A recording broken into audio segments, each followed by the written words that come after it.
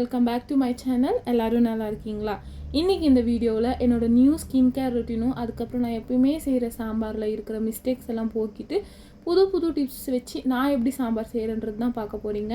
ரொம்பவே மொக்கையான ரெசிபி தான், ஆனால் உங்களோட சேர்ந்து நானும் கற்றுக்க போகிறேன். வாங்க வீடியோக்குள்ளே போகலாம். இந்த வீடியோவில் என்னோடய ஃபேஸ் வந்து கொஞ்சம் டல்லாக இருக்கும், கொஞ்சம் இக்னோர் பண்ணிவிடுங்க. காலையில் எழுந்தவுடனே கழுத்து வலி, அது போக போக வந்துட்டு ரொம்ப கழுத்தவே திருப்ப முடியாத அளவுக்கு வலி ஆகிடுச்சு. நானும் எண்ணெய் போட்டு நீவி பார்த்தேன், போட்டு தேய்ச்சி பார்த்தேன், அது எதுவுக்குமே அசர்ற மாதிரி தெரியல. மஸ்க்மெலன் சீசன் முடிய போகுதுன்னு சொன்னாங்க. அதனால் வந்துட்டு ஒரு பழம் வாங்கிட்டு வந்து காலையிலே ஜூஸ் போட்டு பிரேக்ஃபாஸ்ட்டே வந்துட்டு ஜூஸாக தான் குடித்தேன். வீட்டில் இருக்கிற எல்லாருக்கும் தான் செஞ்சேன், ஆனால் யாருமே குடிக்கல. அதனால் நானே வந்துட்டு 3 வேளைக்கும் போட்டு போட்டு குடிச்சிட்டேன்.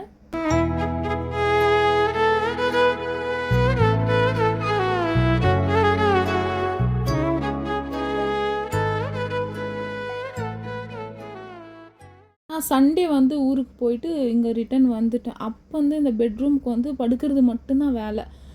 இருக்கிற வேலையை பார்த்தா ஒரே அடியாக படுத்துருவோம் போல் இருக்குது. அதனால் வந்துட்டு நாளைக்கு செஞ்சுக்கலான்னு தள்ளி போட்டுகிட்டே இருந்தேன். ஸோ ஃபஸ்ட்டு வந்துட்டு என்னோடய ஸ்கின் கேர் ரொட்டீன் என்னென்னு பார்த்துடலாமா? ஒரு 10 மினிட்ஸ்க்கு முன்னாடியே கடல மாவு, மஞ்சள் தூள், கொஞ்சமாக பால் இதெல்லாம் போட்டு நல்லா மிக்ஸ் பண்ணி வச்சுட்டேன்.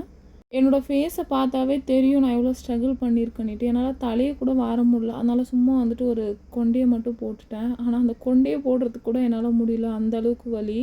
ஒரு சின்ன டிப்ஸு, நீங்கள் எந்த ஒரு ஸ்கின் கேர் பண்ணுறீங்கனாலும் அதுக்கு முன்னாடி பச்சை தண்ணியில் நல்லா மசாஜ் பண்ணிவிட்டு உங்களோட ஃபேஸை வந்து வாஷ் பண்ணிவிடுங்க. வாய் கொஞ்சம் குளருது. அப்படி பண்ணிங்கன்னா வந்துட்டு நம்ம போடுற பேக் வந்து இன்னுமே நம்மளுக்கு எஃபெக்டிவாக இருக்கும். நான் வந்து இன்றைக்கி இந்த பேக் போடுறதுக்கு இந்த மேக்கப் ப்ரஷ் தான் ஒன்று இருந்துச்சு, அதை தான் எடுத்துன்னு இருக்கிறேன்.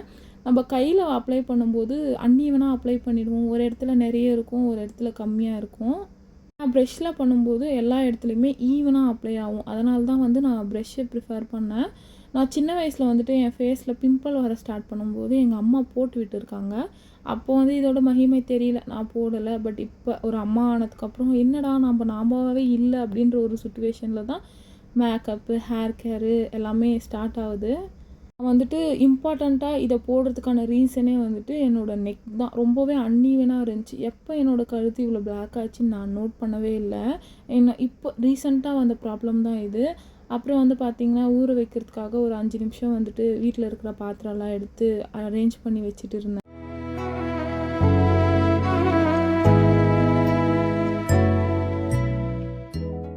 ரூம் எந்த அளவுக்கு மோசமாக இருக்குதோ அதே மாதிரி தான் கிச்சனும். வந்ததுலேருந்து இந்த கேஸு அப்புறம் கவுண்டர் டாப்பெல்லாம் முடிஞ்ச அளவுக்கு க்ளீன் பண்ணிட்டு தான் இருக்கேன். ஆனாலும் இன்னும் வேலை கம்மியான மாதிரி இல்லை. இந்த கட்லரி செட்டெல்லாம் 2 வீக்ஸ் ஒன்ஸ் க்ளீன் பண்ணாலையும் அப்படியே எண்ணெய் பிசுக்க அப்படியே இருக்குது.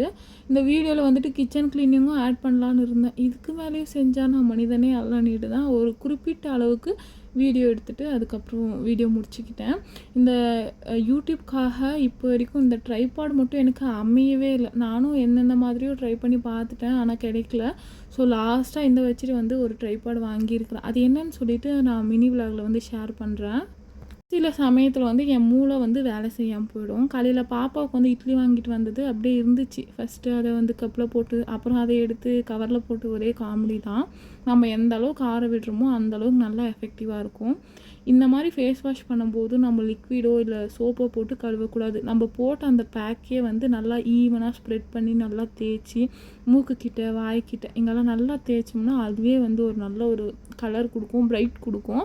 ஸோ இப்போ வந்து அவ்வளோ சீக்கிரம் தெரியாது. நம்ம எப்பயுமே நேச்சுரலாக ட்ரை பண்ணும்போது சீக்கிரமாக வந்துட்டு நம்மளுக்கு ரிசல்ட் தெரியாது, போக போக தான் தெரியும். பட் நான் ஒரு 3 டேஸாக யூஸ் பண்ணிகிட்ருக்கிறேன். என்னோடய கழுத்து கீழே இருக்கிற பிக்மெண்டேஷன் பாதி அளவு போயிடுச்சுன்னு தான் நான் சொல்லுவேன்.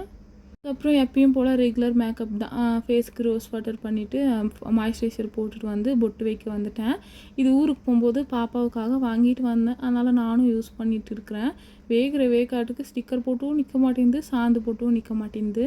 இப்படி வந்து ஃப்ரெஞ்ச் ஃப்ரைட் போட்டிருக்கிறேன். இன்றைக்கி மேக்கப் இவ்வளோ தான். இப்போது அப்படியே வந்துட்டு நான் சாம்பாரில் என்னென்ன மிஸ்டேக் பண்ணிட்டு இருந்தேன்ட்டு ஃபஸ்ட்டு சொல்லிடுறேன். எப்பயுமே சாம்பாருக்கு விசில் வைக்கும்போதே நான் எப்படி போடுவேன்னா, பருப்பு, பூண்டு, வெங்காயம், தக்காளி, குழம்பு மிளகாத்தூள், உப்பு இதெல்லாம் ஒன்றா சேர்த்து போட்டுட்டு மசித்து அப்படியே குழம்பு வச்சுருவேன். பட் இந்த வச்சு அம்மா எப்படி சொல்லி கொடுத்தாங்களோ அதே மாதிரி பண்ணேன். ஒரு கப்பில் வந்துட்டு ஒரு லெமன் சைஸ் புளி, கொஞ்சமாக உப்பு இதை போட்டு தனியாக ஊற வச்சு எடுத்துகிட்டு குக்கரில் 2 கைப்பிடி அளவு பருப்பு, ஒரு வெங்காயம், ஒரு 3 தக்காளி, ஒரு 4-5 பூண்டு பல் இதெல்லாம் போட்டு குக்கரில் வந்து விசில் போட விட்டுட்டேன். சைட் பை சைடு வந்துட்டு காயும் வந்துட்டு நறுக்க ஸ்டார்ட் பண்ணிட்டேன். இதில் ஒன்று வந்து பீர்க்கங்காய், ஒன்று வந்துட்டு உருளைக்கிழங்கெல்லாம் சாம்பாரில் போடுவாங்க. நான் இங்கே வந்து தான் தெரிஞ்சுக்கிட்டேன். இங்கே மோஸ்ட் ஆஃப் த டைம் எல்லாருமே போடுறாங்க. ஸோ நானும் வந்துட்டு காயெல்லாம் போட்டால் நல்லா இருக்குமேன்ட்டு போட ஸ்டார்ட் பண்ணிட்டேன். இந்த பக்கத்தில் தண்டு மாதிரி ஒன்று இருக்குது இல்லையா, இது என்னன்னு எனக்கு தெரியல. அந்த பாட்டி எடுத்துகிட்டு வந்து கொடுத்தாங்க. இதை போடு சாம்பாரில் நல்லாயிருக்கும், முருங்கைக்காய் டேஸ்ட்டு கொடுக்குன்னு சொல்லிட்டு. ஸோ இது 3 தான் இன்றைக்கி வந்து நான் சாம்பாரில் போட போகிறேன்.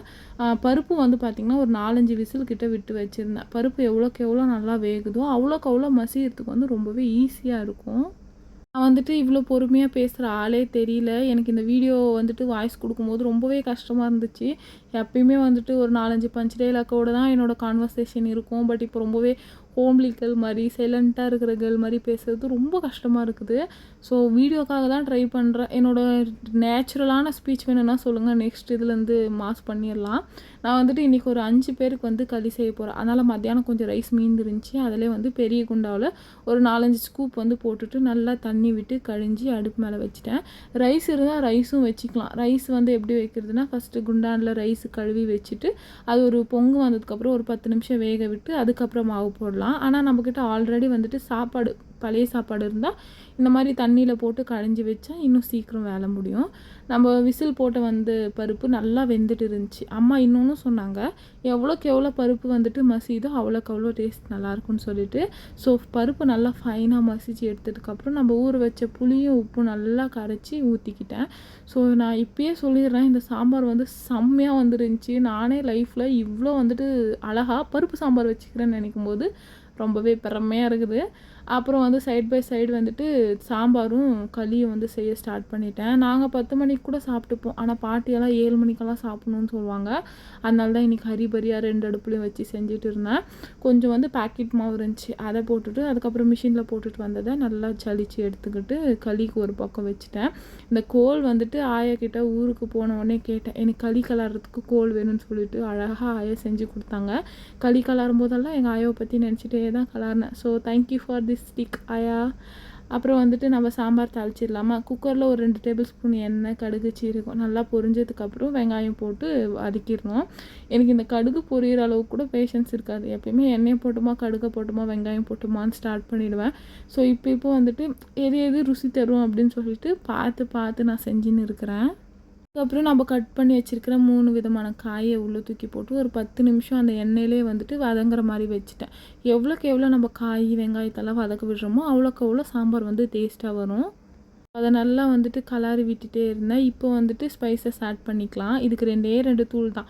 வீட்டில் அரைச்ச குழம்பு மிளகாய் தூள் ஒரு 2 ஸ்பூன் போட்டுக்கிட்டேன். அதுக்கப்புறம் 1/4 டீஸ்பூன் அளவுக்கு மஞ்சள் போட்டுக்கிட்டேன். அது போட்டு ஒரு 5 நிமிஷம் கலரி விட்டுட்டு அப்படியே வேக வச்சுட்டு இருக்கணும். ரொம்பலாம் வேக வைக்க வேண்டாம். அந்த மசாலா செட் ஆகிற வரையும் இப்படி திருப்பி விட்டுட்டு இருந்தால் போதும்.